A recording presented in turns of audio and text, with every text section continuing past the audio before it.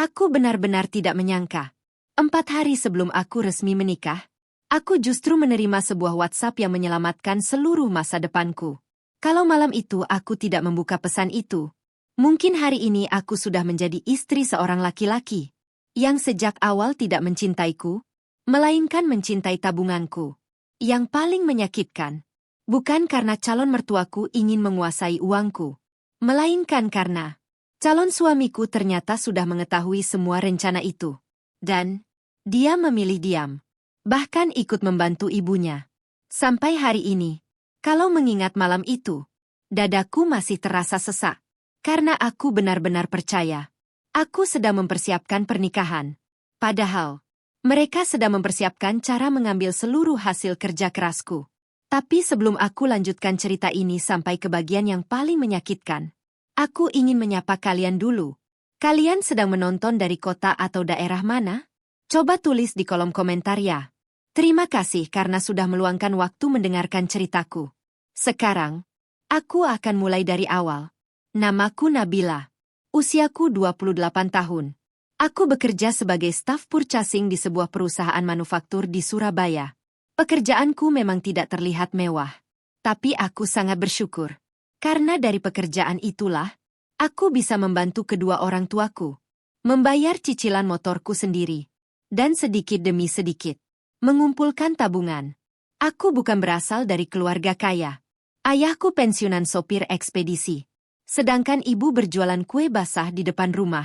Sejak kecil, ayah selalu berkata, "Nabila, kalau ingin hidup tenang, jangan bergantung pada siapapun."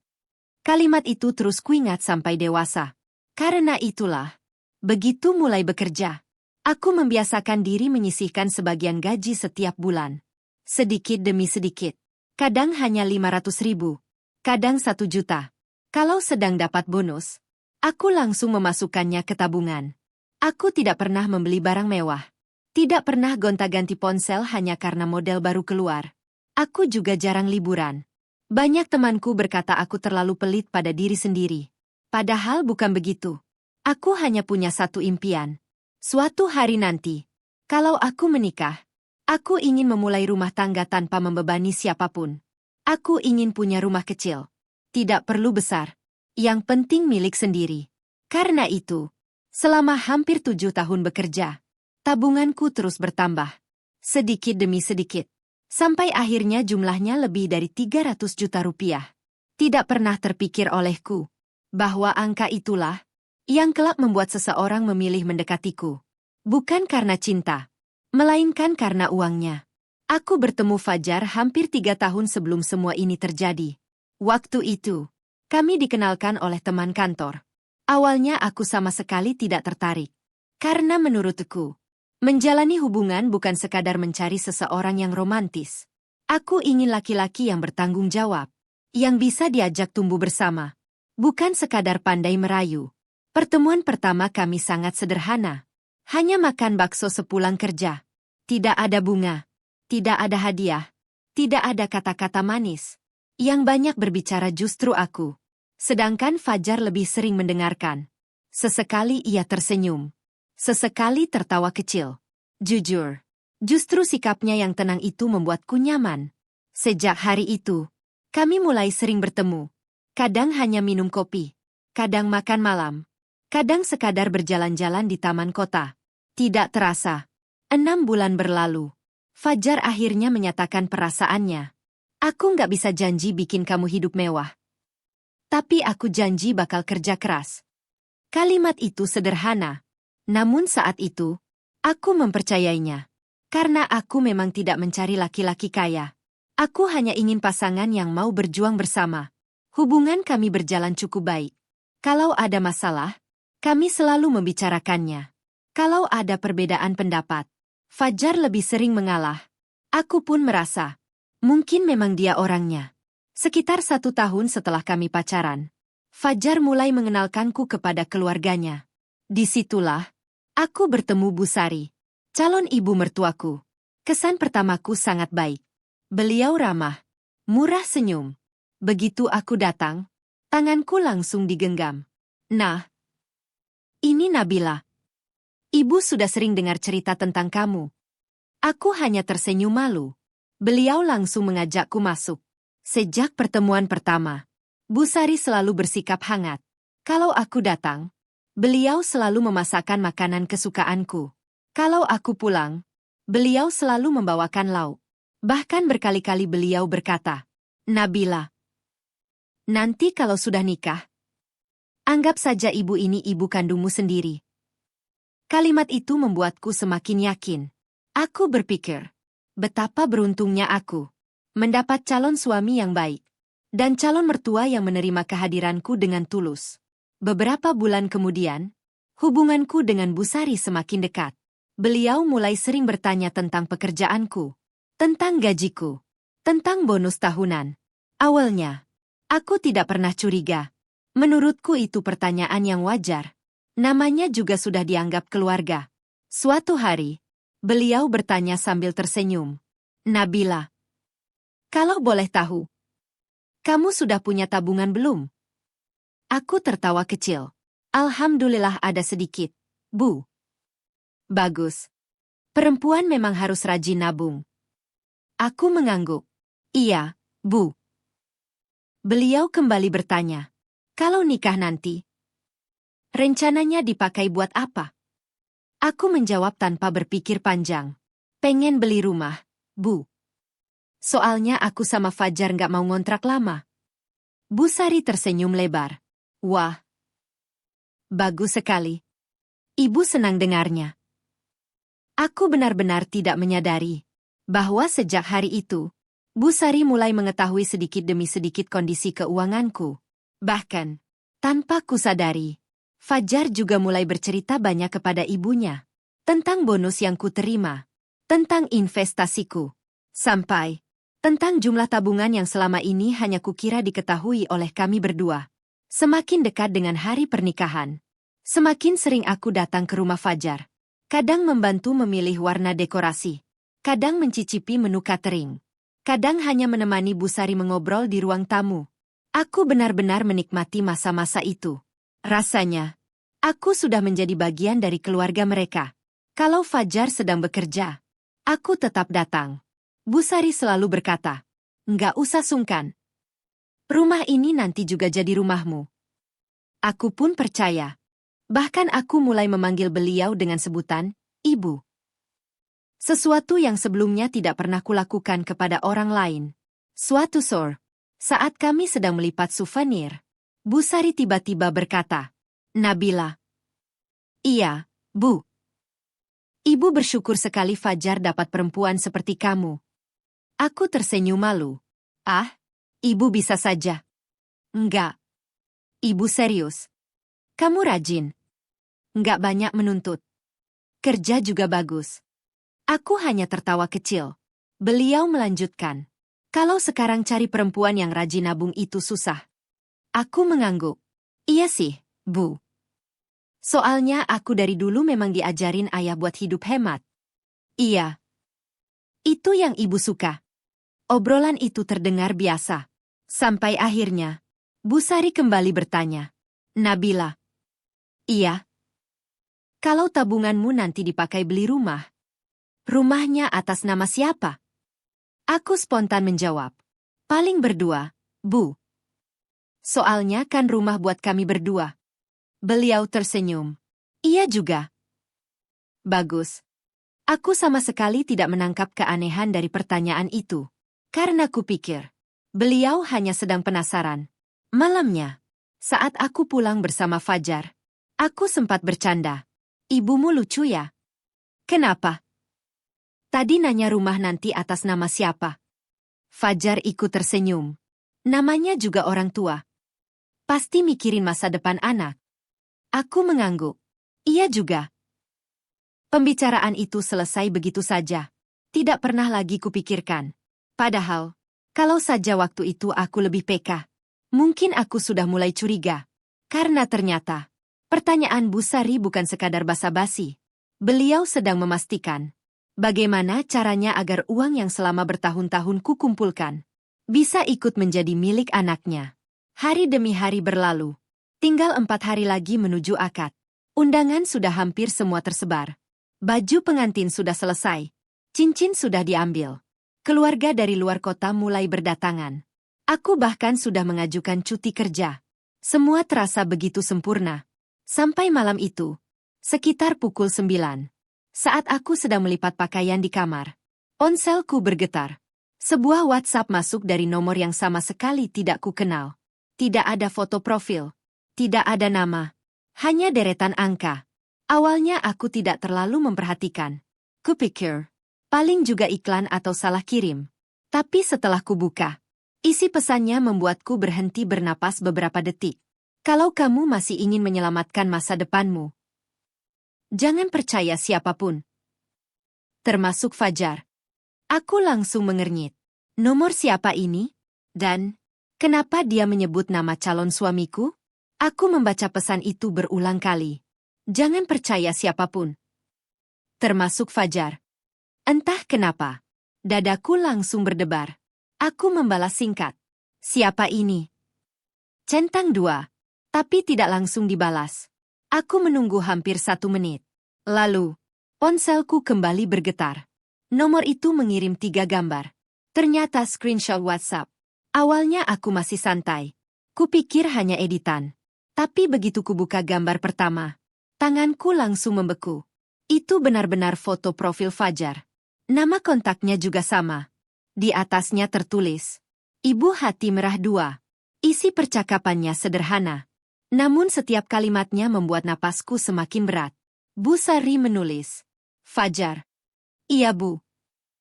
Nabila masih punya tabungan itu kan? Fajar membalas, masih. Dia bilang belum dipakai. Bu Sari kembali membalas, bagus. Jangan sampai uang sebanyak itu tetap di rekening dia. Aku langsung menggeleng pelan. Nggak mungkin.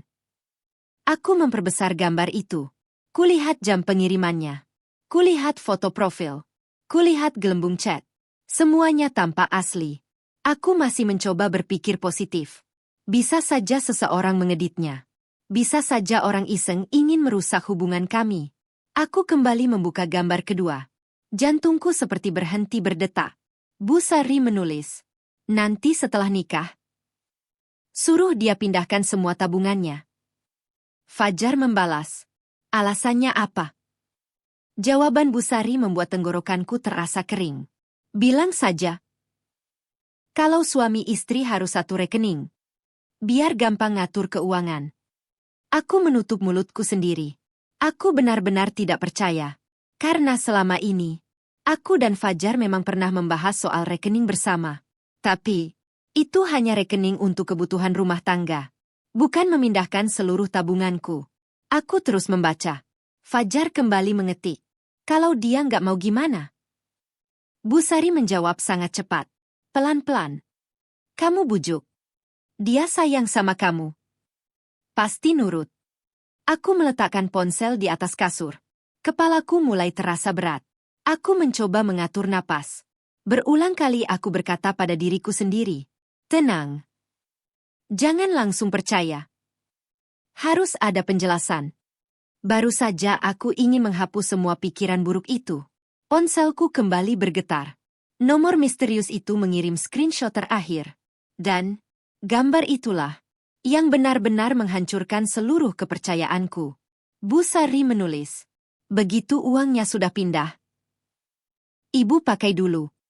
Utang-utang ibu harus selesai sebelum Lebaran. Fajar membalas cukup lama setelahnya. Habis itu tabungan rumah gimana?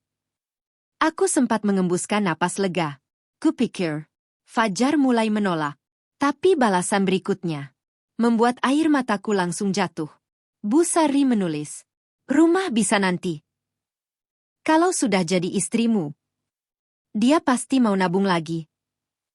Yang penting sekarang, uangnya ada di tangan kita dulu. Lalu, Fajar hanya membalas satu kalimat. Iya, Bu. Aku menatap layar ponsel tanpa berkedip. Air mataku mulai menetes satu persatu. Bukan karena uang itu sudah hilang, melainkan karena laki-laki yang sebentar lagi akan menjadi suamiku ternyata sudah ikut merencanakan bagaimana cara mengambil seluruh hasil kerja kerasku. Aku tidak langsung menangis. Entah kenapa, air mataku justru berhenti. Yang kurasakan saat itu hanya kosong. Aku kembali memperbesar screenshot itu, membacanya dari awal, lalu mengulanginya lagi. Berharap ada satu kalimat yang terlewat. Satu kalimat yang bisa menjelaskan kalau semua ini hanya salah paham. Tapi tidak ada. Semuanya jelas. Semuanya mudah dipahami. Bahkan cara Busari menyusun rencana itu seolah sudah dipikirkan sejak lama. Aku kembali mengetik ke nomor misterius itu. Siapa kamu? Kenapa kirim ini ke aku? Tidak sampai 5 detik. Pesanku dibalas. Aku nggak bisa kasih tahu siapa aku. Tapi aku nggak tega lihat kamu dijebak. Aku langsung membalas lagi. Ini asli? Balasan berikutnya datang cukup lama. Hampir 1 menit. Lalu hanya satu kalimat. Kalau nggak percaya, tunggu saja besok. Mereka akan mulai membicarakan tabunganmu. Jantungku kembali berdegup lebih cepat. Maksudnya? Tidak ada balasan lagi. Aku mencoba menelepon nomor itu. Tidak aktif. Aku mencoba video call. Tetap tidak bisa. Beberapa menit kemudian, foto profilnya bahkan menghilang. Aku kembali mencoba mengirim pesan. Hanya centang satu. Entah nomornya dimatikan. Atau, aku sudah diblokir. Aku melempar ponsel ke atas kasur. Lalu memijat pelipisku sendiri. Ini pasti ada penjelasannya. Iya. Pasti ada. Aku mengenal Fajar hampir 3 tahun. Dia bukan laki-laki yang serakah. Dia juga bukan orang yang suka berbohong. Bahkan selama pacaran, kalau kami makan di luar, seringkali dia yang membayar. Kalau motorku rusak, dia langsung datang membantu. Kalau aku sakit, dia rela mengambil cuti hanya untuk mengantarku ke dokter. Apa mungkin orang seperti itu tega melakukan semua ini? Semakin kupikirkan, semakin aku tidak menemukan jawabannya. Sekitar pukul 10 malam, ponselku kembali bergetar. Nama Fajar muncul di layar. Aku sempat ragu mengangkatnya. Namun akhirnya kutekan tombol hijau. Halo. Hai, sayang. Suaranya terdengar sama seperti biasanya. Hangat, tenang, seolah tidak terjadi apa-apa. Kamu lagi apa? Lagi di kamar. Oh. Besok aku mau ke rumah ya. Aku terdiam sesaat. Besok. Iya. Sekalian mau ngobrol. Ngobrol? Tentang apa? Aku menahan diri agar suaraku tetap terdengar biasa. Ngobrol apa? Nanti aja. Biar ketemu langsung. Aku memejamkan mata. Kalimat dari nomor misterius kembali teringat. Tunggu saja besok. Mereka akan mulai membicarakan tabunganmu. Aku berusaha terdengar santai. Oh ya sudah. Jam berapa? Mungkin habis maghrib. Oke.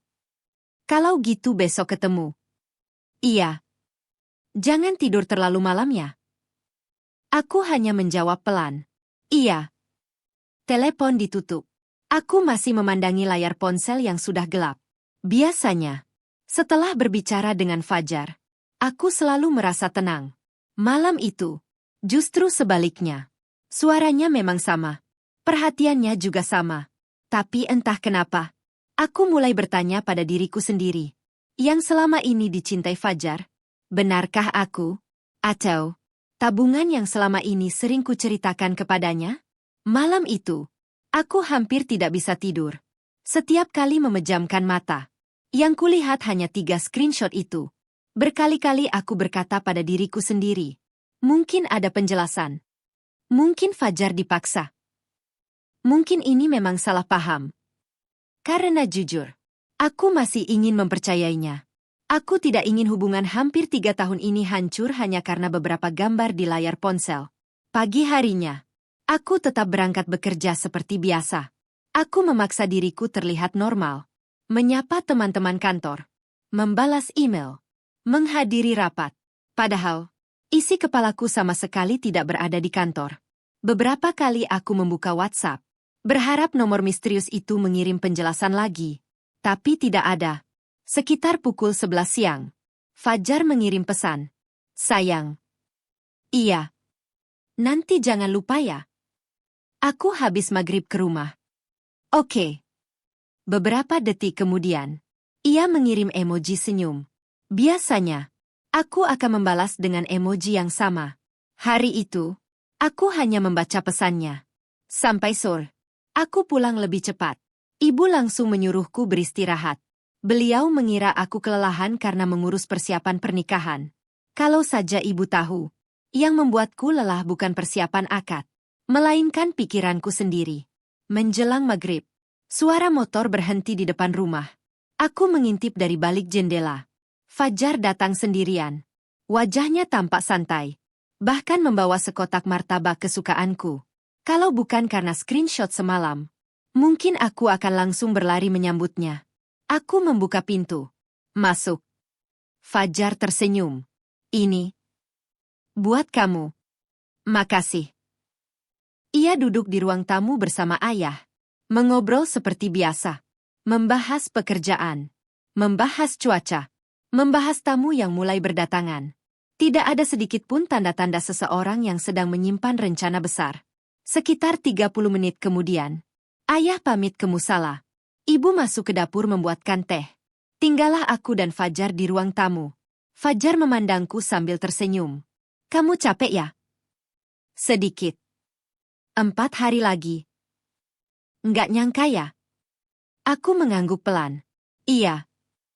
Beberapa detik kami sama-sama diam. Lalu, Fajar mulai membuka pembicaraan. Sayang. Iya. Aku kepikiran sesuatu. Jantungku langsung berdegup. Kalimat dari nomor misterius kembali teringat. Tunggu saja besok. Mereka akan mulai membicarakan tabunganmu. Aku tetap memasang wajah tenang. Kepikiran apa? Fajar menggeser duduknya sedikit lebih dekat. Sebenarnya, ini soal keuangan kita nanti. Aku mulai menggenggam ujung bajuku sendiri. Berusaha agar wajahku tidak menunjukkan apapun. Soal apa? Fajar tersenyum. Sekarang kan kita sebentar lagi jadi suami istri. Aku mengangguk. Iya. Menurutku, sudah waktunya kita mulai gabung keuangan. Kalimat itu sama persis seperti yang kubaca di screenshot semalam. Dan saat itulah, aku mulai yakin.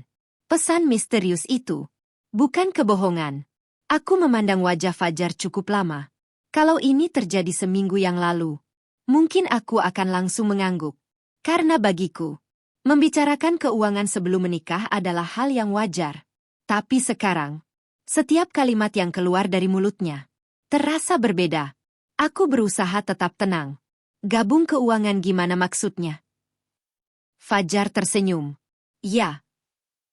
Biar semuanya lebih gampang. Gaji aku. Gaji kamu. Tabungan kita. Semuanya jadi satu. Aku sengaja bertanya lagi. Jadi satu di mana? Fajar menjawab tanpa ragu. Di rekeningku dulu. Aku menatap matanya. Kenapa di rekeningmu? Oh. Soalnya rekeningku ada mobile banking bisnis. Lebih enak buat ngatur keluar masuk uang. Alasan itu terdengar masuk akal. Kalau saja aku tidak membaca screenshot semalam, aku kembali bertanya. Kalau rekening bersama? Fajar menggeleng pelan. Nanti aja. Ribet bukannya. Lagi pula, kita kan sudah saling percaya. Kalimat terakhir itu, entah kenapa terasa sangat menusuk. Karena orang yang sedang memintaku percaya, justru sedang menyembunyikan sesuatu. Aku tersenyum tipis. Kalau tabunganku? Iya. Masuk sekalian. Biar nanti gampang dipakai kalau beli rumah. Aku sengaja bertanya lagi. Semuanya? Iya. Kan nanti juga buat kita. Aku mengangguk pelan. Lalu, kalau aku butuh uang? Fajar tertawa kecil. Loh. Tinggal bilang sama aku. Aku ikut tersenyum. Padahal, di dalam dadaku, rasanya seperti ada sesuatu yang mulai runtuh. Aku kembali mengingat isi screenshot. Suruh dia pindahkan semua tabungannya. Begitu uangnya sudah masuk. Ibu pakai dulu. Sekarang, Fajar sedang mengucapkan semuanya. Hanya dengan kata-kata yang lebih halus. Aku menarik napas pelan. Kalau misalnya, aku belum siap. Fajar terlihat sedikit kaget. Belum siap? Iya. Maksudku, tabungan itu kan hasil aku kerja bertahun-tahun. Aku pengen tetap pegang dulu. Wajah Fajar berubah beberapa detik. Meski hanya sebentar. Aku sempat melihat ekspresi kecewa di wajahnya. Namun ia segera tersenyum lagi. Oh, enggak apa-apa. Aku cuma kasih usul. Tapi menurutku, suami istri itu enggak boleh ada yang ditutup-tutupi. Aku mengangguk. Iya. Aku setuju. Tapi percaya. Bukan berarti harus buru-buru menyerahkan semuanya. Ruangan kembali hening. Fajar mulai memainkan sendok di atas meja. Aku bisa melihat. Ia seperti sedang memikirkan sesuatu. Lalu, ia berkata pelan. Kalau begitu, besok kita ngobrol sama ibu aja. Ibu lebih ngerti soal beginian. Kalimat itu membuatku semakin yakin. Ternyata, semua ini memang bukan ide Fajar seorang. Ada orang lain yang sejak awal mengatur arah pembicaraan ini. Dan aku sudah tahu siapa orang itu. Malam itu, setelah Fajar pulang, aku tidak langsung masuk kamar. Aku duduk sendirian di teras rumah. Lampu jalan di depan rumah sudah mulai redup. Sesekali terdengar suara motor lewat. Tapi pikiranku masih tertinggal pada satu kalimat. Besok kita ngobrol sama ibu aja. Aku mengembuskan napas pelan. Selama hampir 3 tahun mengenal Fajar, setiap ada keputusan penting, selalu ada satu orang yang harus ia dengarkan lebih dulu. Ibunya. Dulu aku menganggap itu bentuk bakti. Sekarang, aku mulai bertanya-tanya. Apakah nanti setelah menikah, aku juga harus meminta izin kepada Bu Sari untuk setiap keputusan rumah tangga kami? Malam itu aku kembali membuka screenshot yang dikirim nomor misterius. Kubandingkan dengan percakapan kami barusan. Hampir semua kalimatnya sama. Hanya penyampaiannya yang dibuat lebih halus. Aku kembali mengirim pesan ke nomor misterius itu. Kamu masih di sana? Tidak ada balasan. 5 menit. 10 menit. Tetap tidak ada. Aku mencoba sekali lagi. Kalau memang niatmu menolong, tolong jelaskan siapa kamu. Centang 1. Aku memandang layar ponsel cukup lama. Lalu menguncinya kembali. Entah kenapa, aku merasa orang itu sengaja menjaga jarak. Ia hanya ingin aku mengetahui sesuatu. Bukan ingin dikenal. Keesokan paginya, aku masuk kantor seperti biasa. Namun pekerjaanku benar-benar berantakan. Beberapa kali aku salah memasukkan data pembelian. Atasanku bahkan sampai memanggilku. Nabila. Iya, Pak. Kamu sehat? Aku tersenyum. Sehat, Pak. Kalau ada masalah, jangan dipendam. Aku hanya mengangguk. Iya, Pak. Padahal, kalau beliau tahu masalah yang sedang kuhadapi, mungkin aku sendiri tidak tahu harus mulai bercerita dari mana. Saat jam makan siang, aku memutuskan menemui sahabatku. Namanya Intan. Kami sudah berteman sejak kuliah. Sekarang, ia bekerja sebagai staf legal di sebuah perusahaan swasta. Kalau ada masalah, biasanya aku selalu meminta pendapatnya. Begitu melihat wajahku, Intan langsung mengernyit. Biel, kamu habis nangis. Aku tersenyum tipis. Kelihatannya. Banget. Ada apa? Aku tidak langsung menjawab. Aku mengeluarkan ponsel, lalu menyerahkannya kepada Intan. Coba baca. Intan mulai membuka screenshot satu persatu. Awalnya wajahnya biasa saja. Semakin lama, alisnya semakin mengerut. Sampai screenshot terakhir selesai dibaca. Ia langsung meletakkan ponselku di atas meja. Ini asli. Aku mengangkat bahu. Aku juga belum tahu. Tapi semalam, Fajar ngomong persis seperti isi chat itu. Intan langsung terdiam. Beberapa detik kemudian ia menatapku serius. Nabila. Iya. Kamu jangan transfer 1 rupiah pun. Aku mengangguk pelan. Memang aku nggak ada niat. Intan menggeleng. Bukan cuma itu. Mulai sekarang, Jangan kasih tahu apapun soal rekeningmu. Soal deposito. Soal investasi. Soal apapun yang berhubungan dengan uang. Aku mengangguk lagi. Lalu bertanya pelan. Menurutmu, aku harus langsung batalin nikah? Intan tidak langsung menjawab. Ia meminum air putihnya lebih dulu. Lalu berkata pelan. Belum. Aku mengernyit. Kenapa? Karena sekarang kamu baru punya screenshot. Kalau mereka menyangkal, kamu bakal dibilang percaya fitnah. Aku terdiam. Intan kembali melanjutkan. Kalau memang mereka punya niat menguasai tabunganmu, mereka pasti akan mencoba lagi. Nah, disitulah kamu dengarkan. Jangan dipotong. Jangan marah. Biarkan mereka membuka topengnya sendiri. Aku menarik napas panjang. Perkataan Intan ada benarnya. Kalau aku datang hari itu juga, lalu menunjukkan screenshot, mereka bisa saja berkata, itu editan.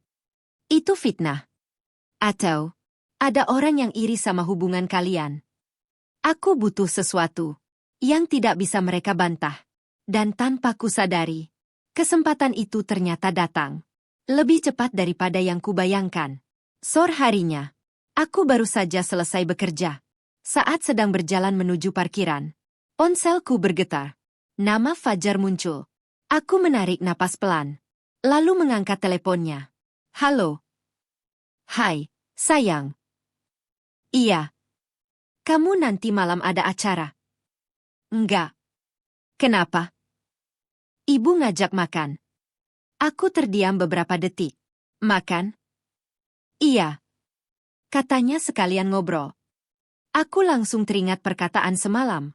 Besok kita ngobrol sama ibu. Ternyata, maksudnya memang hari ini. Aku menjawab senormal mungkin. Di rumah ibu? Iya. Jam 7 ya? Oke. Telepon ditutup. Sepanjang perjalanan pulang, aku terus memikirkan apa yang akan terjadi nanti malam. Apakah mereka akan langsung membahas tabunganku? Atau mereka masih akan memutar dulu pembicaraannya? Sebelum berangkat, aku sengaja menemui ayah. Ayah. Iya, enduk. Nanti aku makan di rumah Fajar dulu. Ayah tersenyum. Oh. Bahas persiapan nikah ya? Aku mengangguk pelan.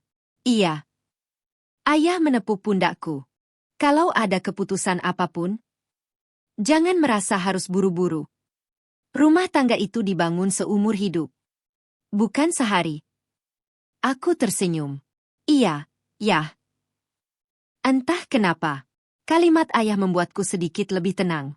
Setengah jam kemudian, aku sampai di rumah Fajar. Bu Sari langsung menyambutku seperti biasa. Nabila. Ayo masuk. Ibu masak ayam favoritmu. Aku tersenyum. Terima kasih, Bu. Semua terlihat normal. Kami makan bersama, mengobrol, tertawa. Bahkan Bu Sari beberapa kali mengambilkan lauk ke piringku. Kalau orang lain melihat kami, mungkin mereka akan berkata, inilah keluarga yang harmonis. Selesai makan, Bu Sari menyuruh Fajar mencuci piring. Lalu beliau mengajakku duduk di ruang tamu. Nabila. Iya, Bu. Ibu sebenarnya mau ngobrol sedikit. Aku mengangguk. Iya, Bu.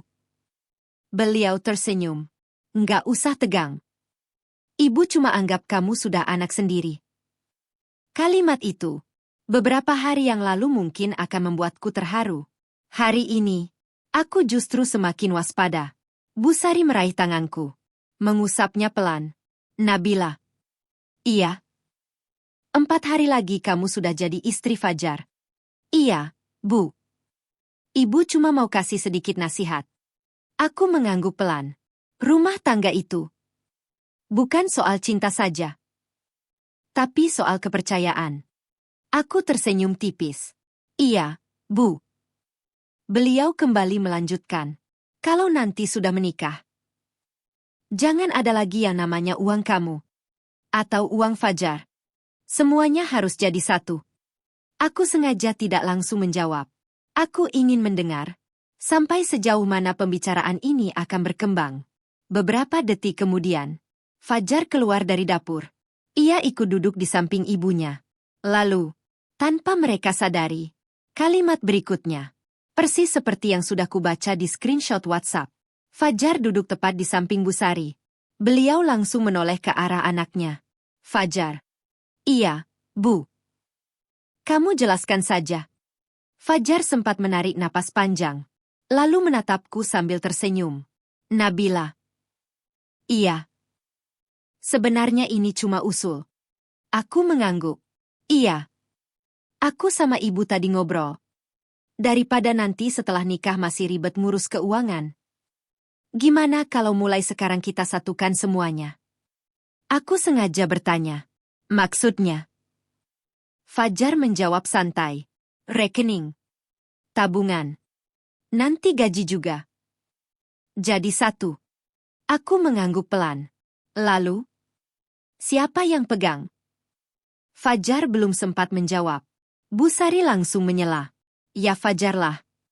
Laki-laki kan kepala keluarga. Aku tersenyum tipis. Kenapa bukan rekening bersama, Bu? Busari tertawa kecil. Aduh. Ribet itu. Lagian, kalau sama suami sendiri masa masih nggak percaya? Aku tetap menjaga nada suaraku. Bukan soal percaya, Bu. Cuma menurutku, lebih enak kalau sama-sama bisa akses. Busari menggeleng pelan. Nanti kamu malah pusing. Serahkan saja sama Fajar. Biar dia yang atur. Aku melirik ke arah Fajar. Ia hanya mengangguk. Iya. Biar aku yang kelola. Aku kembali bertanya. Kalau tabunganku sekarang? Fajar menjawab tanpa ragu. Nanti dipindah sekalian. Aku sengaja terlihat bingung. Semuanya? Iya. Biar nggak kepisah. Aku kembali bertanya. Kalau nanti aku butuh uang mendadak? Fajar tersenyum. Kan tinggal bilang. Aku menatap wajahnya beberapa detik. Terus kalau misalnya aku mau bantu ayah sama ibu. Busari langsung menjawab lebih dulu. Nanti kan ada izin suami. Kalau memang perlu. Pasti dikasih. Aku hanya mengangguk. Di dalam hati, aku mulai menghitung. Sudah berapa banyak kalimat malam ini? Yang sama persis dengan screenshot WhatsApp. 1, 2, 3. Hampir semuanya. Bedanya, di chat mereka terdengar merencanakan. Di depanku, mereka membungkusnya dengan kata-kata manis. Busari kembali menggenggam tanganku. Nabila. Iya, Bu. Ibu ngomong begini. Karena ibu sayang sama kalian. Ibu pengen rumah tangga kalian nanti teratur. Aku tersenyum tipis. Iya, Bu. Beliau melanjutkan. Kalau uang dipegang laki-laki, rezekinya lebih berkah. Aku mengangguk pelan. Lalu, kalau aku belum siap? Senyum Busari perlahan menghilang. Belum siap? Iya. Soalnya tabungan itu aku kumpulkan hampir 7 tahun. Ruangan mendadak sunyi. Fajar dan Busari saling berpandangan. Hanya beberapa detik. Tapi, tatapan singkat itu cukup membuatku sadar. Mereka sebenarnya sudah membahas jawaban untuk kemungkinan ini.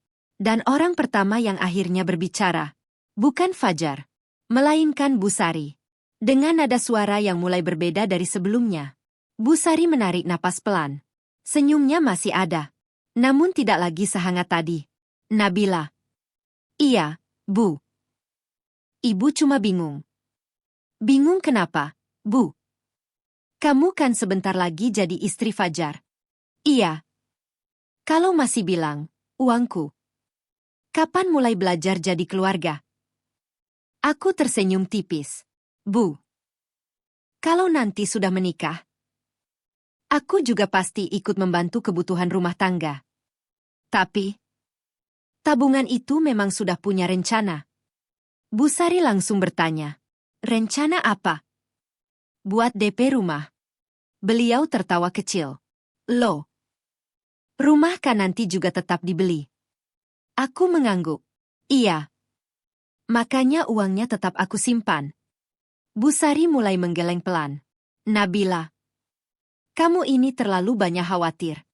Fajar itu calon suamimu, bukan orang lain. Aku menoleh ke arah Fajar. Menurut kamu gimana? Fajar langsung menjawab. Aku setuju sama ibu.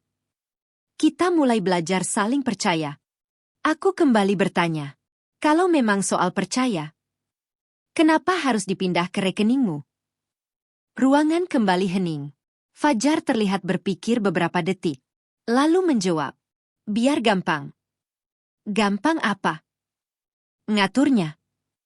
Aku mengangguk pelan. Lalu nanti kalau aku mau lihat mutasi rekening. Fajar tersenyum. Ya lihat saja.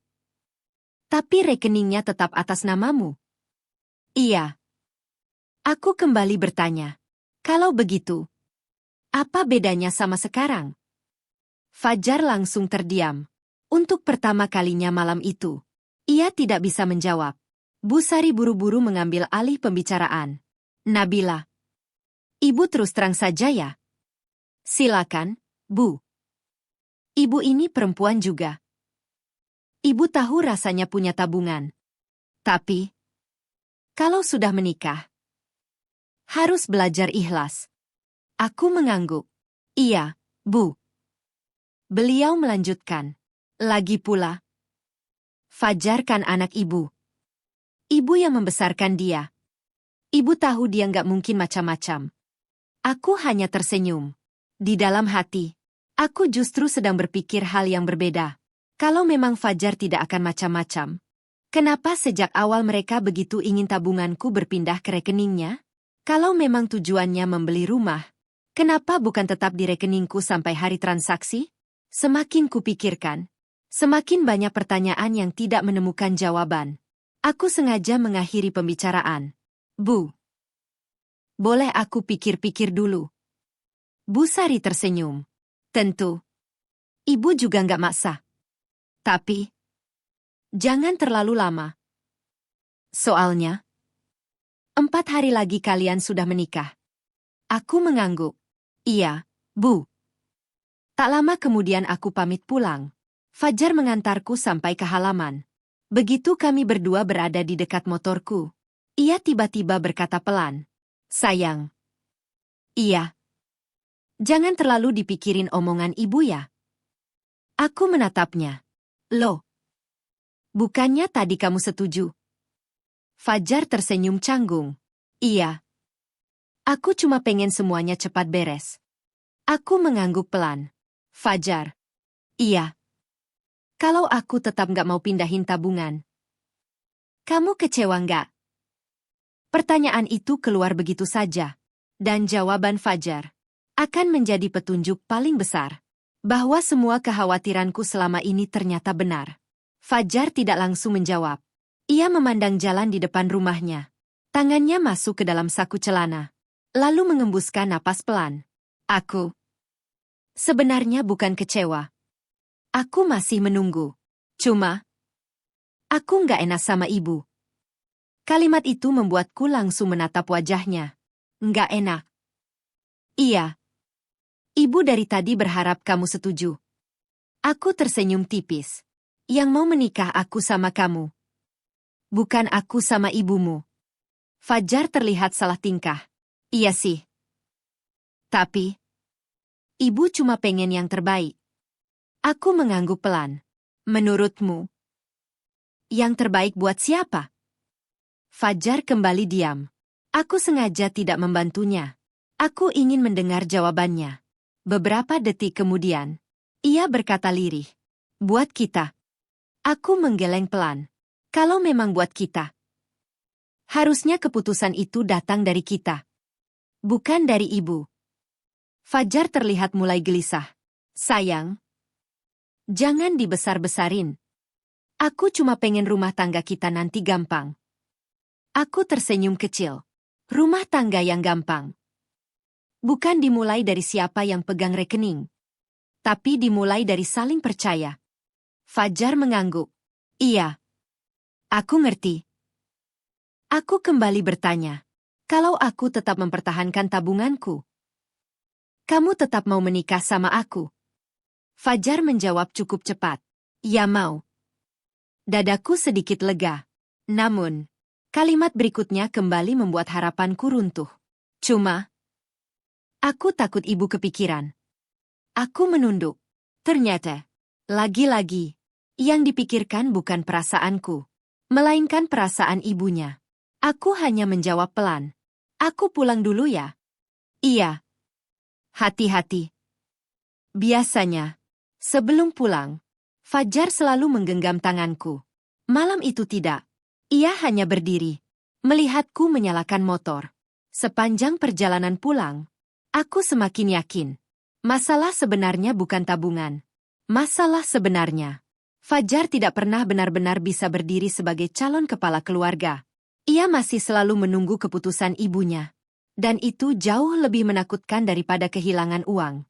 Keesokan paginya, saat aku baru selesai mandi, ponselku kembali bergetar. Nomor misterius itu muncul lagi. Kali ini, bukan screenshot, melainkan sebuah pesan singkat. Mereka belum menyerah. Hari ini Bu Sari akan datang ke rumahmu. Dia akan mencoba mengambil buku tabungan atau mengajakmu ke bank. Aku langsung membaca pesan itu berkali-kali. Jantungku mulai berdegup lebih cepat. Belum sempat aku membalas. Pesan berikutnya kembali masuk. Kalau ingin tahu siapa mereka sebenarnya, jangan menolak. Ikuti saja permainan mereka. Aku langsung mematung. Karena, kalau pesan itu benar, berarti hari ini, mereka akan mengambil langkah yang jauh lebih berani daripada sebelumnya. Aku tidak membalas pesan itu. Aku hanya memandangi layar ponsel cukup lama. Kalau beberapa hari yang lalu, mungkin aku masih menganggap semua ini kebetulan. Tapi sekarang, 2 kali isi pesan misterius itu terbukti benar. Aku mulai percaya.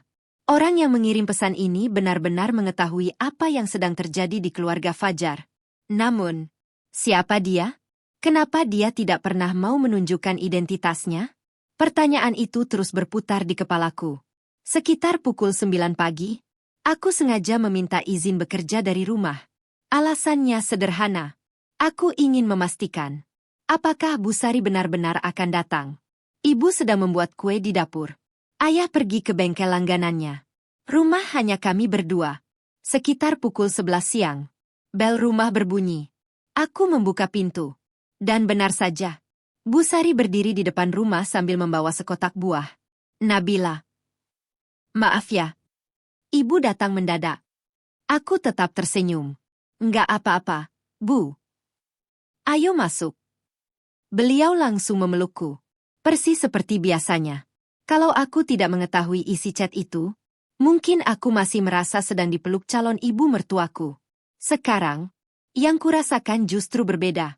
Aku seperti sedang dipeluk seseorang yang sedang menyembunyikan tujuan lain. Setelah duduk di ruang tamu, ibu membuatkan teh. Bu Sari mengobrol santai, membahas cuaca, membahas tamu undangan, membahas menu catering.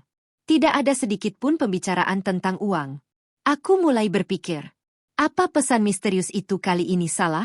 Sekitar 20 menit kemudian, ibu pamit ke belakang. Katanya ingin mengangkat jemuran. Tinggallah aku dan Bu Sari di ruang tamu. Beliau meminum tehnya pelan, lalu menatapku sambil tersenyum. Nabila. Iya, Bu. Ibu kepikiran omongan semalam. Aku hanya mengangguk. Iya, Bu. Ibu takut kamu salah paham. Enggak kok, Bu. Beliau menggeser duduknya sedikit lebih dekat. Ibu cuma ingin hidup kalian nanti enak. Aku ngerti, Bu. Nah, makanya, ibu kepikiran satu cara. Aku mulai diam, mendengarkan. Beliau melanjutkan. Daripada nanti habis nikah ribet. Gimana kalau hari ini sekalian beres? Aku pura-pura tidak mengerti. Beres apa, Bu? Bu Sari tersenyum. Soal tabungan. Ibu kenal kepala cabang bank tempat Fajar punya rekening. Nanti kita ke sana sebentar. Nggak sampai 1 jam. Aku menatap wajahnya. Ke bank? Iya. Sekalian pindahin tabungan kamu. Jadi nanti setelah akad, Kalian tinggal fokus menikmati rumah tangga. Kalimat itu persis seperti isi screenshot. Bedanya, sekarang Bu Sari mengucapkannya langsung di depan wajahku. Aku menundukkan kepala, berpura-pura berpikir. Padahal, di dalam hati, aku semakin yakin. Nomor misterius itu tidak sedang menakut-nakutiku. Ia sedang menyelamatkanku. Aku kembali mengangkat wajah, lalu tersenyum pelan. Kalau memang itu yang terbaik. Aku ikut saja, Bu. Senyum Bu Sari langsung berubah lebar. Matanya berbinar. Beliau bahkan spontan menggenggam kedua tanganku. Nah, gitu dong. Ibu tahu. Kamu pasti anak yang pengertian. Melihat reaksinya, aku justru semakin sedih. Karena sejak aku berkata, ikut saja. Beliau terlihat jauh lebih bahagia daripada saat membicarakan kebahagiaan pernikahanku sendiri. Dan saat itulah, aku memutuskan. Aku akan mengikuti semua rencana mereka. Sampai mereka benar-benar membuka topengnya sendiri. Siang itu, aku berpamitan kepada ibu. Bu, aku ikut Bu Sari sebentar ya. Ibu keluar dari dapur sambil melepas celemeknya. Oh, mau kemana? Bu Sari langsung menjawab lebih dulu. Sebentar saja, Bu. Mau lihat perlengkapan buat akad? Ibu tersenyum. Oh ya sudah. Hati-hati di jalan. Aku hanya mengangguk. Kalau saja ibu tahu, tujuan kami sebenarnya bukan melihat perlengkapan akad, melainkan ke bank. Sepanjang perjalanan, Bu Sari terlihat sangat ceria. Beliau terus bercerita. Nanti kalau kalian sudah punya rumah, ibu senang. Nanti ibu sering main. Aku hanya sesekali menjawab. Iya, Bu. Beberapa menit kemudian, mobil berhenti. Aku melihat keluar jendela. Yang kulihat bukan toko perlengkapan pernikahan, melainkan sebuah kantor bank. Persis seperti yang ditulis nomor misterius. Bu Sari tersenyum. Ayo. Nggak lama kok. Aku ikut turun. Begitu masuk ke dalam bank, aku langsung melihat Fajar. Dia sudah duduk di ruang tunggu. Seolah memang sedang menunggu kami. Begitu melihatku, ia langsung berdiri.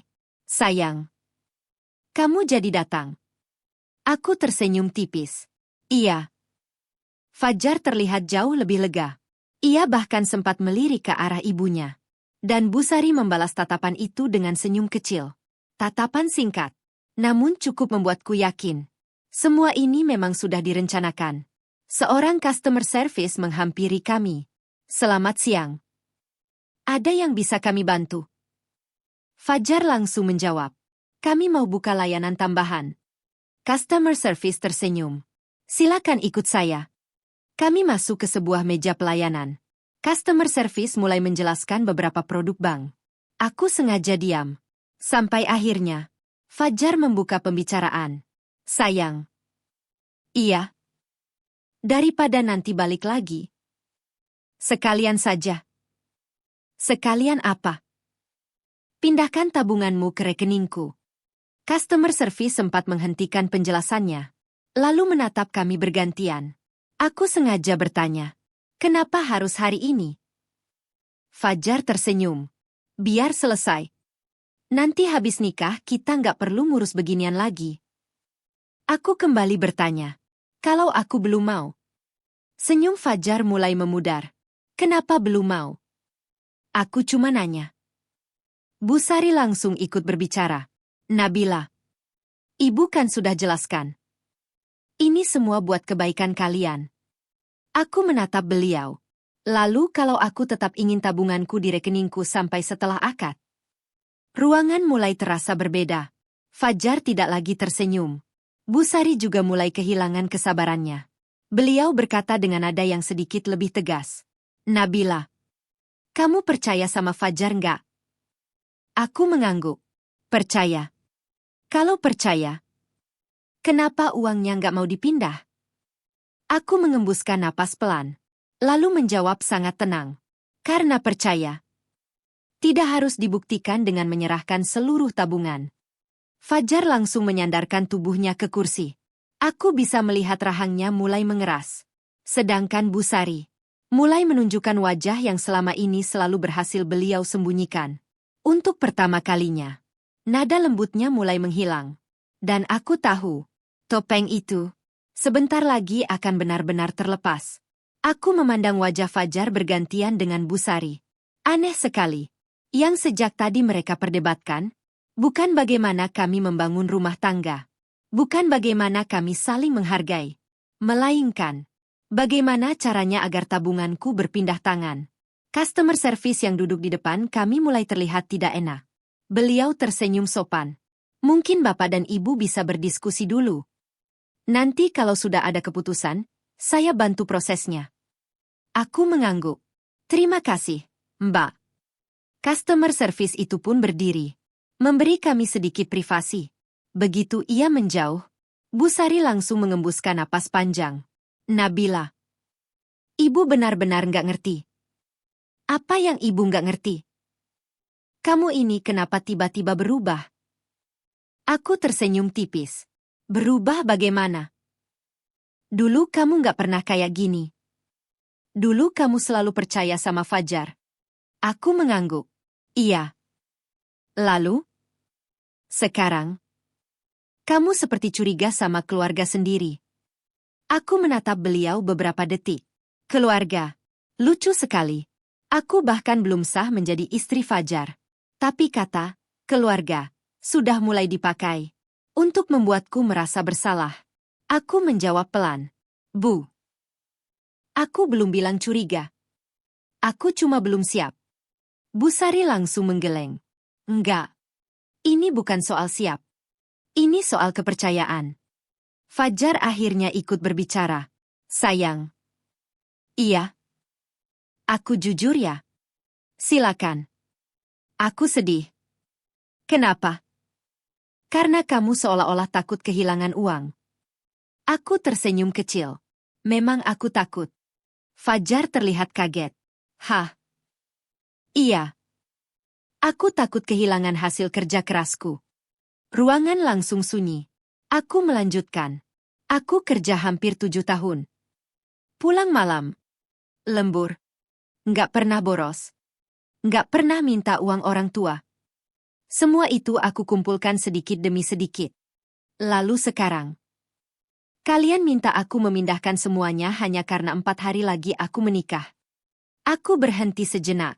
Lalu menatap Fajar. Kalau posisinya dibalik. Kamu sanggup? Fajar langsung terdiam. Aku kembali bertanya. Kalau kamu punya tabungan 300 juta. Aku minta pindah ke rekeningku. Hari ini juga. Kamu mau? Tidak ada jawaban. Fajar hanya menunduk. Aku tahu. Dia sedang mencari alasan. Namun, tidak ada alasan yang cukup kuat. Busari kembali mencoba mengambil alih. Nabila. Ibu rasa kamu terlalu banyak dipengaruhi orang. Aku mengernyit. Orang? Iya. Pasti ada yang ngomporin kamu. Aku menggeleng pelan. Nggak ada siapa-siapa, Bu. Kalau nggak ada, kenapa sikapmu berubah? Aku tersenyum. Karena sebenarnya, beliau benar. Memang ada seseorang yang membuatku berubah. Seseorang yang mengirim screenshot WhatsApp itu.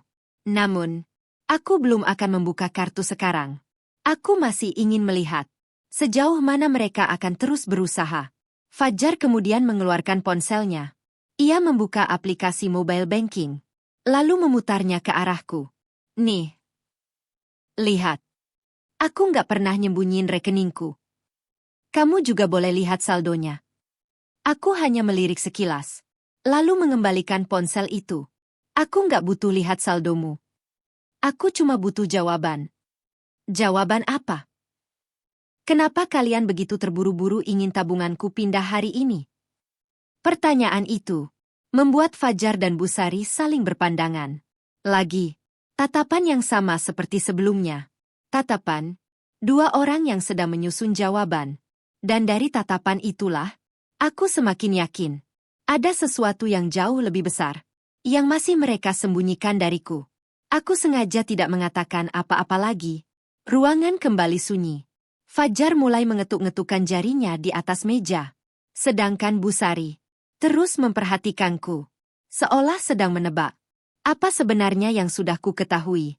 Beberapa detik kemudian, Fajar mencoba tersenyum. Ya sudah. Kalau memang kamu belum siap. Enggak apa-apa. Aku mengangguk pelan. Terima kasih. Tapi, ada syaratnya. Aku kembali menatapnya. Syarat apa? Kamu kasih kepastian. Kepastian? Iya. Kapan tabungan itu dipindah? Aku benar-benar terdiam. Bukan karena bingung, melainkan karena pembicaraan ini semakin jelas arahnya. Bukan lagi soal rumah tangga, melainkan soal target. Aku sengaja bertanya, kenapa harus buru-buru? Fajar menjawab pelan, biar semuanya beres sebelum akad. Aku kembali bertanya, kenapa harus sebelum akad? Fajar terlihat gugup. Ya. Soalnya nanti habis akad pasti sibuk. Aku mengangguk. Lalu habis itu resepsi. Iya. Terus setelah resepsi juga masih bisa ke bank. Fajar kembali diam. Aku menoleh ke arah Busari. Bu. Iya. Memangnya ada keperluan mendesak? Pertanyaan itu membuat wajah Busari sedikit berubah. Beliau buru-buru tersenyum. Enggak ada. Ibu cuma nggak suka menunda pekerjaan. Aku mengangguk pelan. Oh. Lalu kenapa harus minggu ini? Busari kembali kehilangan jawaban. Beliau hanya melirik Fajar. Aku melihat semuanya dengan jelas. Setiap pertanyaan sederhana yang kuajukan selalu membuat mereka saling meminta bantuan. Karena sejak awal, alasan mereka memang dibuat. Bukan berasal dari kebutuhan yang sebenarnya. Aku akhirnya berdiri. Kalau memang gak ada yang mendesak. Menurutku lebih baik nanti saja. Habis akad. Atau bahkan setelah kita beli rumah. Aku lebih nyaman begitu. Fajar ikut berdiri. Nabila. Tunggu. Apa lagi? Aku takut kamu salah paham. Aku tersenyum kecil. Salah paham tentang apa? Aku sama ibu gak pernah ada niat jelek. Aku menatap matanya cukup lama. Lalu berkata pelan. Semoga memang begitu. Aku melangkah meninggalkan meja itu. Belum sampai 3 langkah. Ponselku bergetar. Sebuah pesan WhatsApp masuk. Nomor misterius itu lagi. Aku membacanya diam-diam. Jangan pulang dulu. Duduk di coffee shop seberang bank. 10 menit lagi kamu akan tahu alasan sebenarnya kenapa mereka terburu-buru. Aku langsung menghentikan langkah. Jantungku kembali berdegup lebih cepat. Pesan itu begitu spesifik. Seolah pengirimnya sedang melihat semua yang baru saja terjadi. Aku memasukkan kembali ponsel ke dalam tas. Lalu menoleh kepada Fajar. Kalian pulang dulu aja. Aku mau beli kopi sebentar. Fajar tampak heran. Sekarang? Iya. Lagi pengen. Busari langsung tersenyum. Oh ya sudah. Nanti kabarin kalau sudah sampai rumah. Iya, Bu. Aku melambaikan tangan. Lalu berjalan menuju coffee shop yang berada tepat di seberang bank. Aku memilih meja yang menghadap ke parkiran. Dari sana, aku masih bisa melihat mobil Fajar dengan sangat jelas. Aku memesan segelas es kopi. Namun, sama sekali tidak berniat meminumnya. Karena saat itu, aku hanya ingin membuktikan satu hal. Apakah pesan misterius itu, sekali lagi, akan menjadi kenyataan? Aku memilih meja yang berada paling dekat dengan kaca. Dari sana, aku bisa melihat dengan jelas area parkir bank. Mobil Fajar masih belum bergerak. Aku memesan segelas kopi. Namun sejak tadi, gelas itu hanya kuaduk pelan. Pikiranku jauh lebih sibuk daripada tanganku. 5 menit berlalu. Mobil itu masih diam. Aku mulai bertanya-tanya. Apa sebenarnya yang sedang kutunggu? Jangan-jangan, nomor misterius itu sedang mempermainkanku. Tiba-tiba, kulihat Fajar dan Busari turun dari mobil. Mereka tidak langsung pulang. Mereka justru berjalan menuju sebuah warung makan yang letaknya tepat di samping bank. Mereka duduk di pojok. Posisinya membelakangiku. Tapi dari tempatku, aku masih bisa melihat mereka. Beberapa menit kemudian, Seorang laki-laki berusia sekitar 50 tahun datang menghampiri. Ia mengenakan kemeja putih. Wajahnya terlihat tegang. Begitu duduk, pembicaraan mereka langsung serius. Aku tidak bisa mendengar suara mereka. Jaraknya terlalu jauh. Namun dari gerak bibir dan ekspresi wajah, aku tahu. Mereka sedang membahas sesuatu yang penting. Lelaki itu beberapa kali menunjuk jam tangannya. Busari terlihat berkali-kali menggeleng. Sedangkan Fajar terus berbicara sambil menenangkan. Sekitar 10 menit kemudian, laki-laki itu berdiri. Sebelum pergi, ia menunjuk wajah Fajar cukup keras. Meski tidak mendengar suaranya, aku bisa melihat jelas. Fajar hanya menunduk. Beberapa detik setelah lelaki itu pergi, ponselku kembali bergetar. Nomor misterius. Aku langsung membukanya. Orang yang baru datang itu namanya Pak Rudi. Dia pemberi pinjaman. Aku langsung mematung. Pesan berikutnya masuk lagi. Utang Busari jatuh tempo besok. Aku menggigit bibir. Lalu membaca pesan berikutnya. Kalau tidak dibayar, rumah Busari akan disita. Dadaku langsung berdebar. Aku kembali melihat ke arah Fajar. Ia sedang memegang kepalanya sendiri. Sedangkan Busari terlihat menangis. Beberapa detik kemudian, pesan terakhir masuk. Sekarang kamu tahu kenapa mereka sangat ingin tabunganmu berpindah sebelum akad. Aku memejamkan mata. Semua potongan cerita akhirnya mulai tersusun. Bukan karena mereka ingin membeli rumah. Bukan karena ingin mengatur keuangan. Mereka sedang mengejar waktu. Karena besok, utang Busari harus dibayar. Dan satu-satunya uang yang mereka incar adalah tabunganku.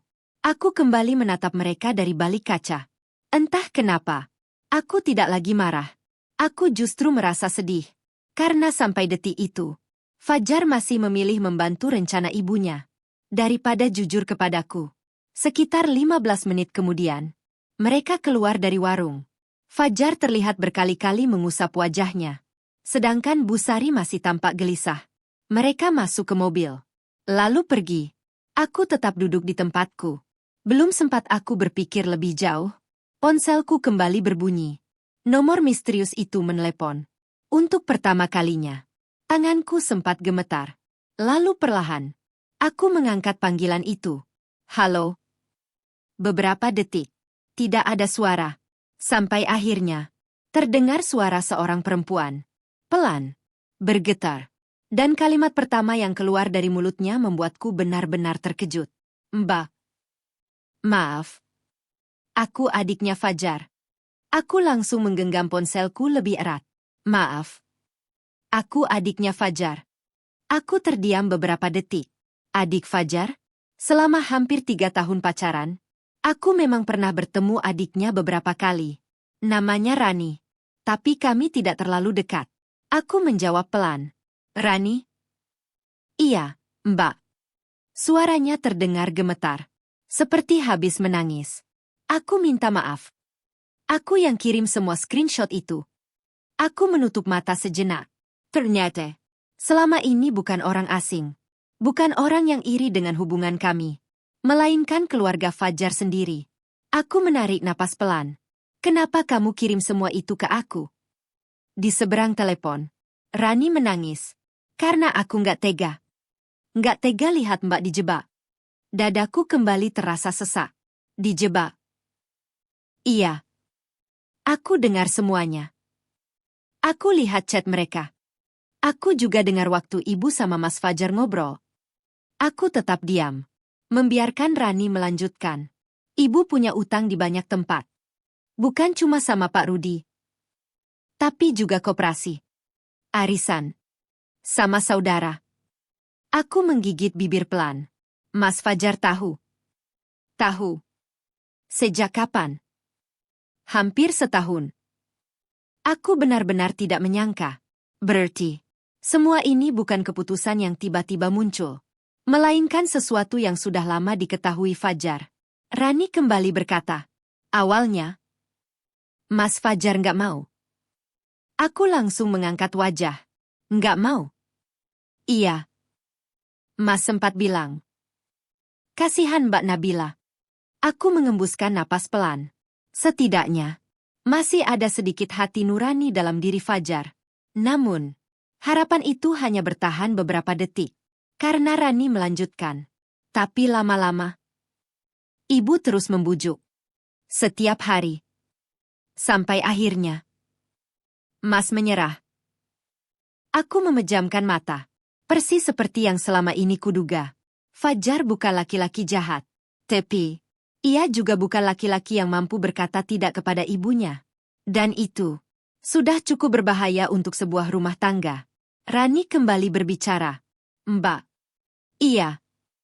Mas sebenarnya sayang sama Mbak. Tapi, Mas selalu takut sama ibu.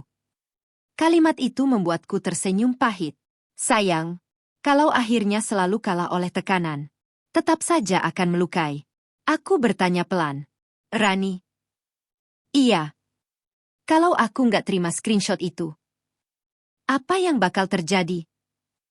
Rani langsung menjawab. Setelah akad, ibu mau minta Mas ngajak Mbak ke bank.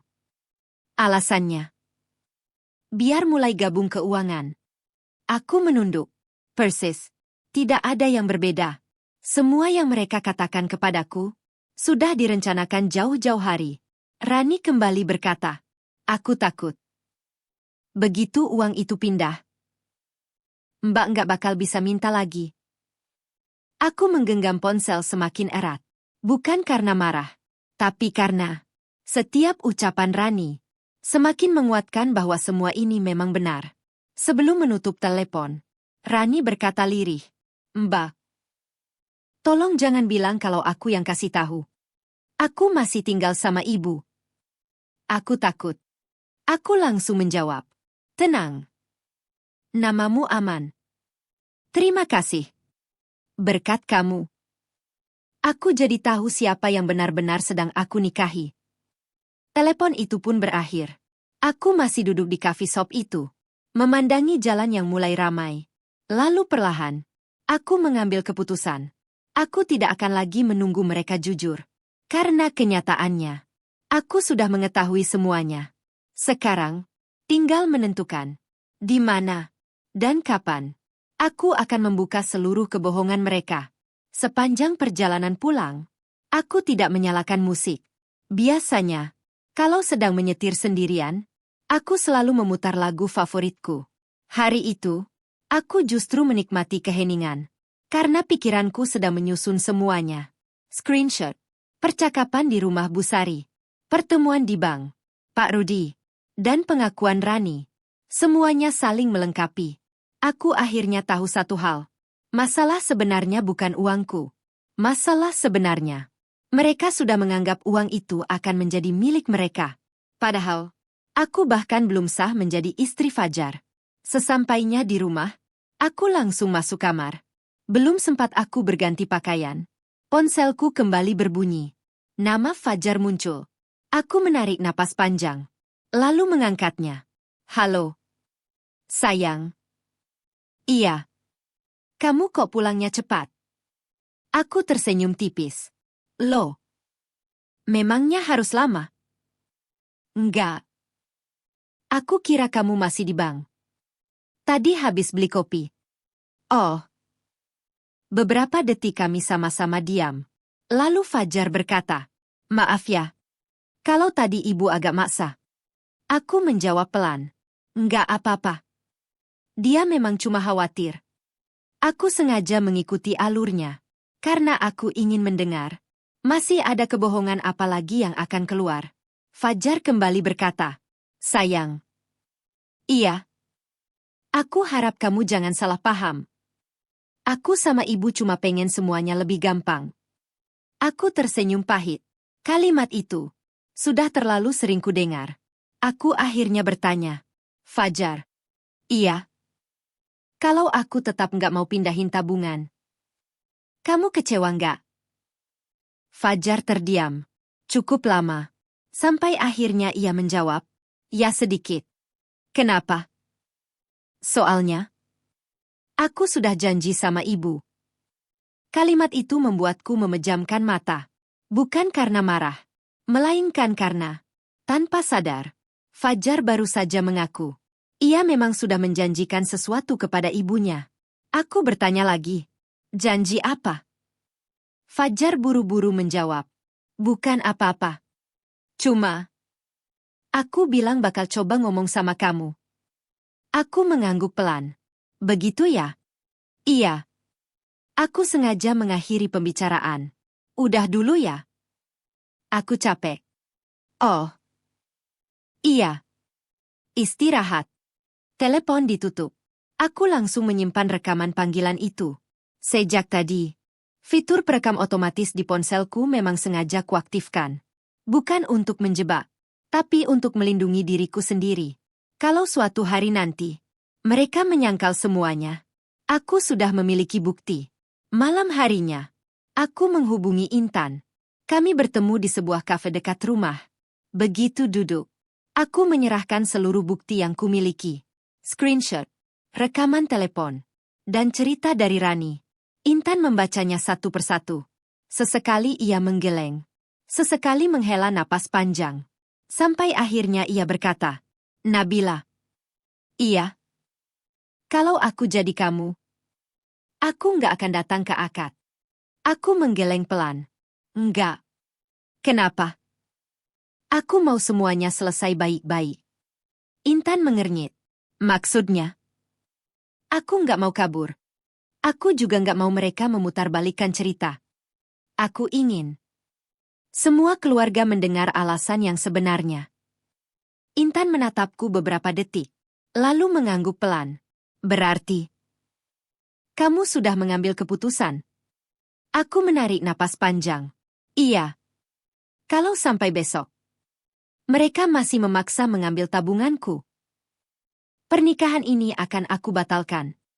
Kalimat itu akhirnya keluar dari mulutku. Dan anehnya, setelah mengucapkannya, dadaku justru terasa jauh lebih ringan. Karena untuk pertama kalinya, aku berhenti takut kehilangan calon suami. Aku mulai lebih takut kehilangan masa depanku sendiri. Malam itu, aku pulang dari bertemu Intan dengan perasaan yang jauh lebih tenang. Bukan karena masalahku sudah selesai. Justru sebaliknya. Aku tahu, besok akan menjadi hari yang menentukan. Kalau mereka masih mencoba mengambil tabunganku, maka aku tidak punya alasan lagi untuk mempertahankan hubungan ini. Sesampainya di rumah, aku membuka lemari. Di dalamnya sudah tergantung kebaya akad yang baru selesai dijahit. Warnanya putih gading. Persis seperti yang kuimpikan sejak dulu. Aku mengusap pelan kainnya, lalu tersenyum pahit. Beberapa bulan yang lalu, setiap melihat kebaya itu, aku membayangkan akan berjalan menuju pelaminan. Sekarang, aku justru sedang mempersiapkan diri. Kalau aku harus membatalkan semuanya. Aku menutup lemari, lalu mengambil map bening dari laci meja. Satu persatu, semua buktiku susun rapi. Screenshot WhatsApp, rekaman telepon, catatan waktu pertemuan di bank, bahkan percakapan Fajar sore tadi. Aku tidak ingin ada yang terlewat, karena aku sudah mengenal satu sifat manusia. Kalau kebohongannya mulai terbongkar, biasanya mereka akan berkata, itu salah paham. Itu bukan maksudnya. Itu dipotong. Aku tidak mau berdebat. Aku hanya ingin menunjukkan fakta. Keesokan paginya, tinggal 3 hari menuju akad, rumahku mulai ramai. Beberapa saudara datang membantu. Ada yang menyusun souvenir. Ada yang menghitung bingkisan. Ada yang mengecek daftar tamu. Semua orang terlihat bahagia. Melihat mereka tertawa, dadaku kembali terasa sesak. Tidak ada satupun dari mereka yang tahu bahwa pernikahan ini mungkin tidak akan pernah terjadi. Sekitar pukul 10 pagi, ponselku kembali berbunyi. Nama Fajar muncul. Aku mengangkatnya. Halo. Sayang. Iya.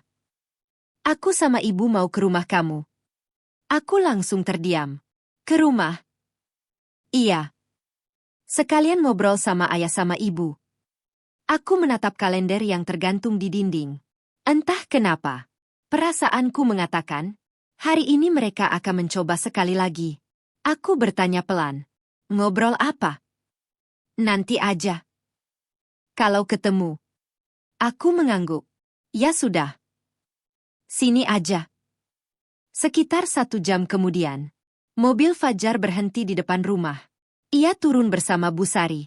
Kali ini, wajah mereka jauh lebih serius dibanding biasanya. Setelah semua duduk di ruang tamu, Bu Sari tidak lagi berbasa-basi. Beliau langsung membuka pembicaraan. Pak, sebelum anak-anak menikah, ada satu hal yang ingin kami bicarakan.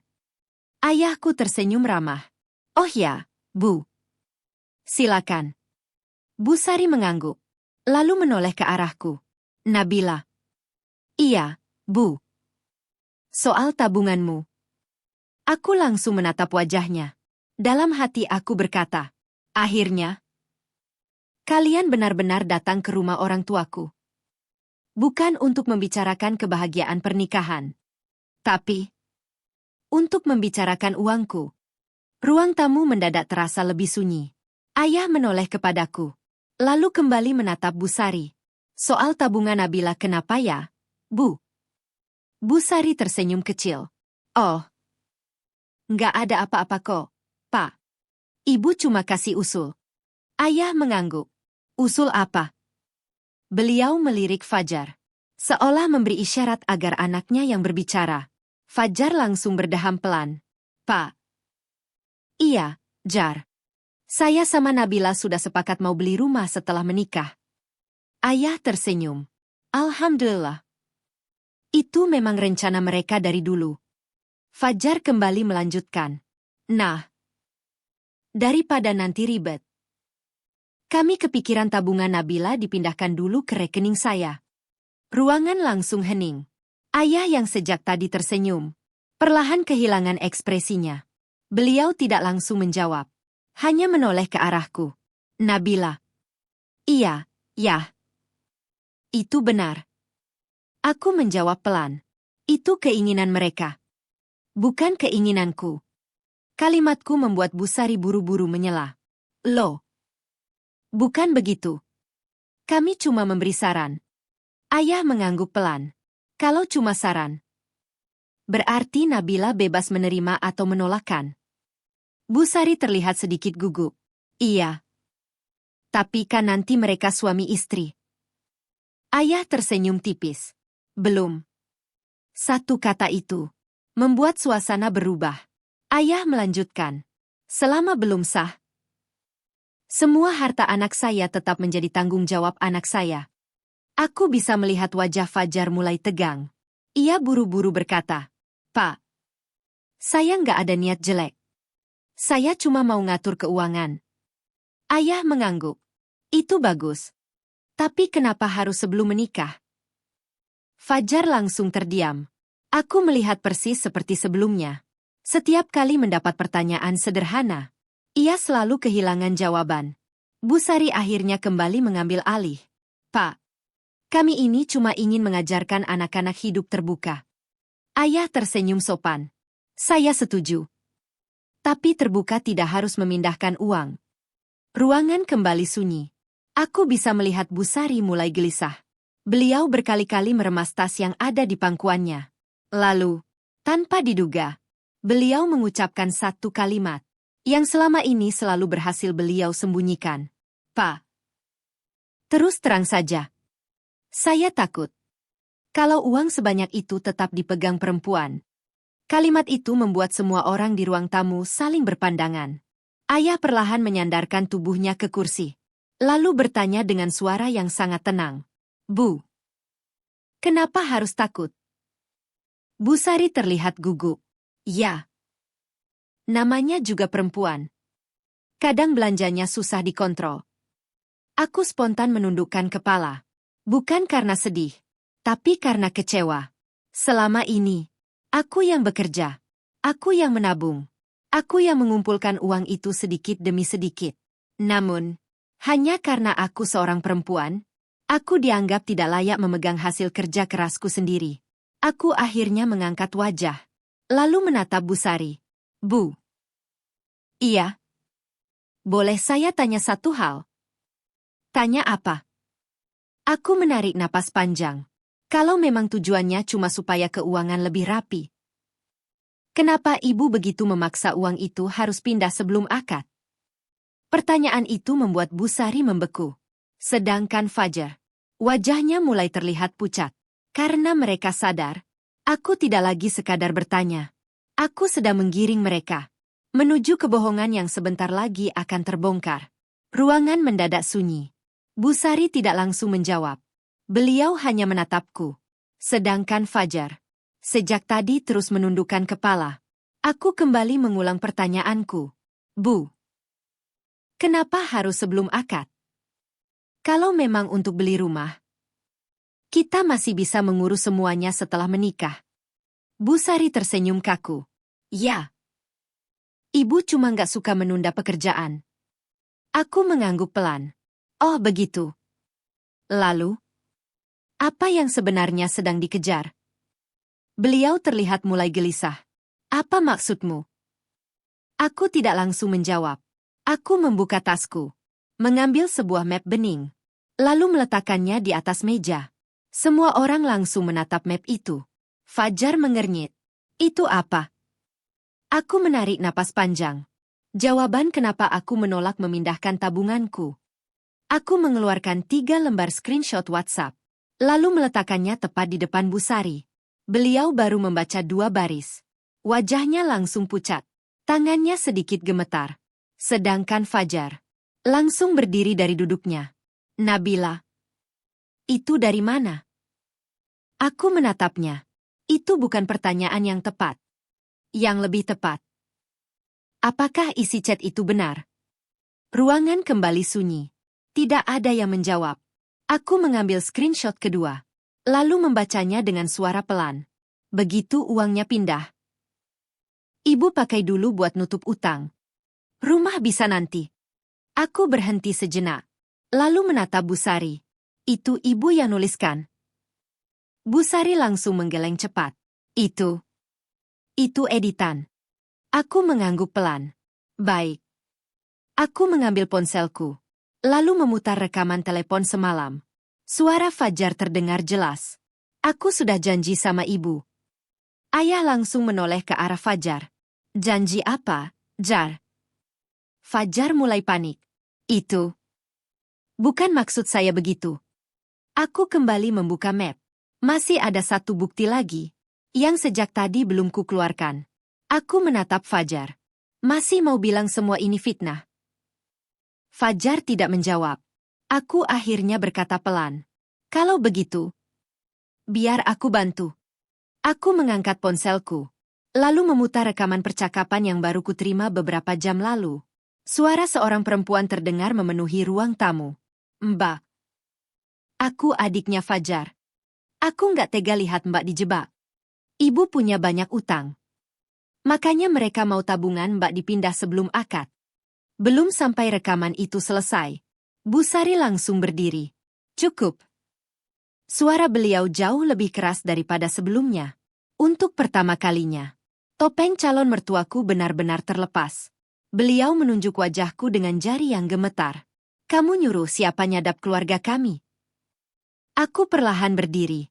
Tidak ada yang menyadap, Bu. Kebenaran memang punya cara sendiri untuk muncul. Aku menoleh ke arah Fajar. Lalu sekarang, aku mau dengar langsung dari kamu. Satu pertanyaan saja. Apa benar?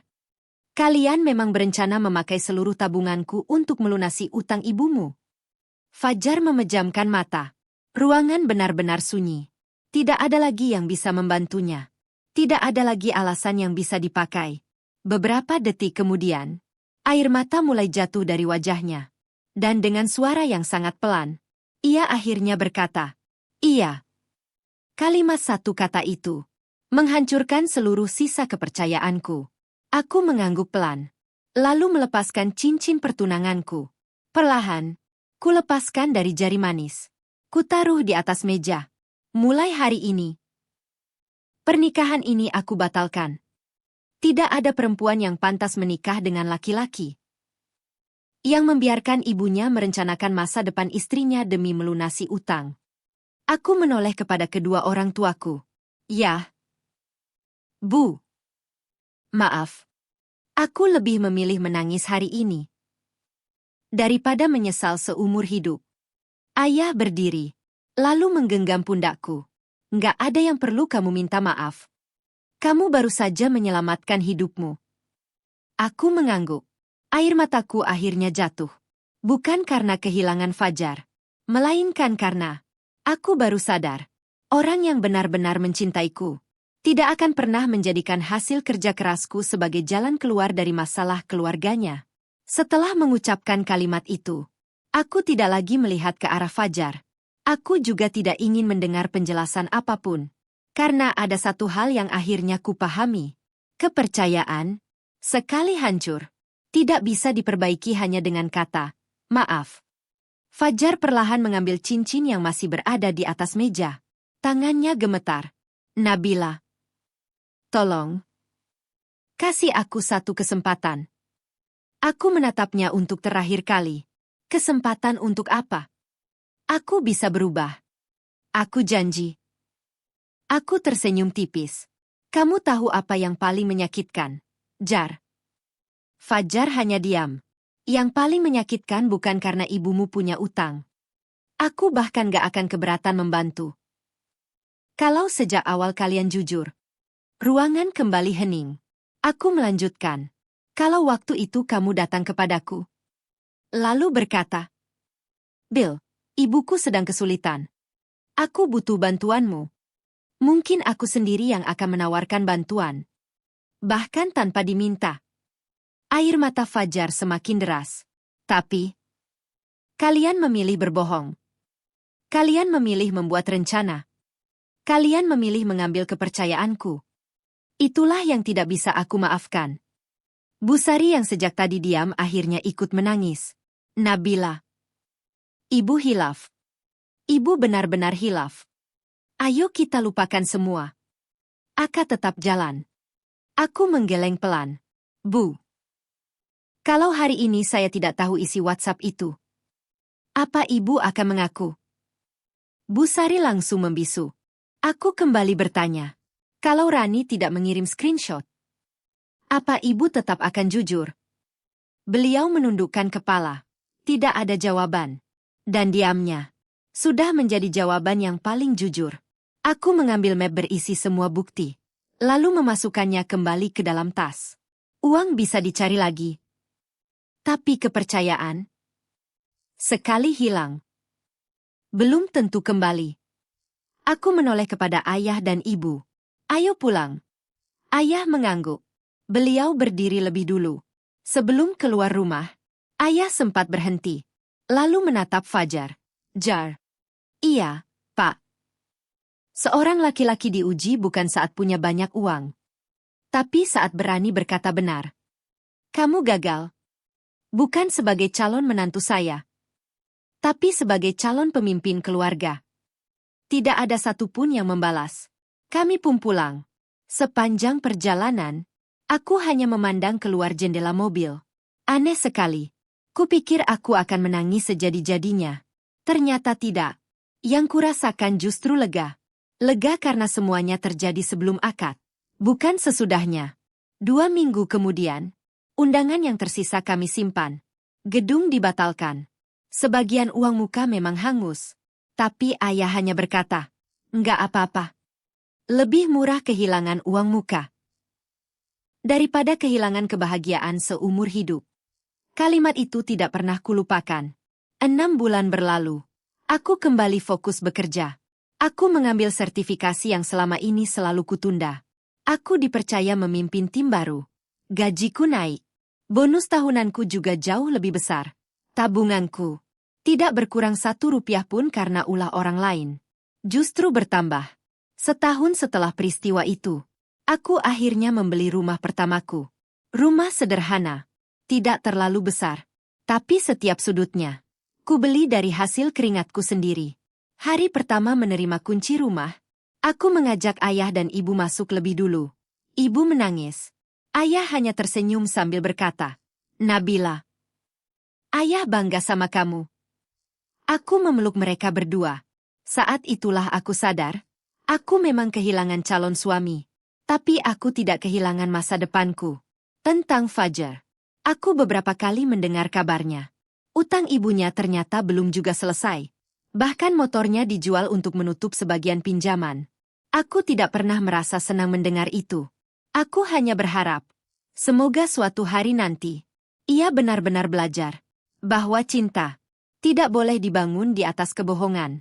Dan keluarga tidak boleh dijadikan alasan untuk mengambil hak orang lain.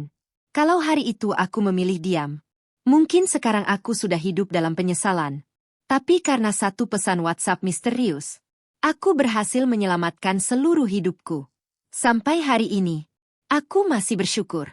Karena Tuhan memperlihatkan wajah asli mereka. Sebelum aku mengucapkan ijab kabul. Kalau kalian berada di posisiku, apa kalian tetap akan melanjutkan pernikahan? Atau mengambil keputusan yang sama sepertiku? Coba tulis pendapat kalian di kolom komentar. Aku ingin membaca cerita dari kalian juga. Terima kasih sudah mendengarkan kisahku sampai selesai.